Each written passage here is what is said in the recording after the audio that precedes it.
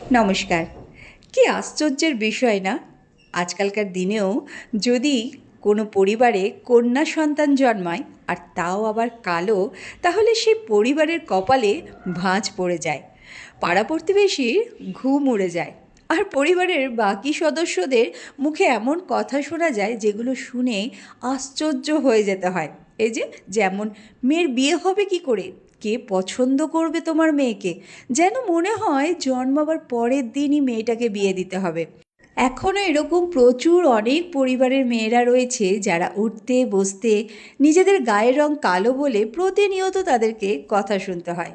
কিন্তু বেশ কিছুদিন আগে আমি একটা ভিডিও দেখেছিলাম, সেখানে একজনা বলেন যে এই যে যারা সারাক্ষণ মেয়েদের গায়ের রং নিয়ে উল্টাপাল্টা কথা বলে, যারা ভাবে যে কালো মেয়েকে কোনোদিন ঘরের বউ করে আনবো না, ঠিক তারাই কিন্তু কালী পুজোর দিন মায়ের পা ধরে মা মা বলে কাঁদতে থাকে, মাকে বলে, মা আমার সব দোষ ক্ষমা করে দিও। আচ্ছা, সেই সময় মায়ের গায়ের রং যে কালো তাদের কিন্তু একদমই মনে থাকে না। শুধু আমার প্রশ্ন একটাই, যদি ঠাকুর কখনো এই সমস্ত বিচার না করে, কে কালো কে পরিষ্কার, আমরা মানুষ হয়ে কেন এই সমস্ত বিচার করব? কি তাই তো?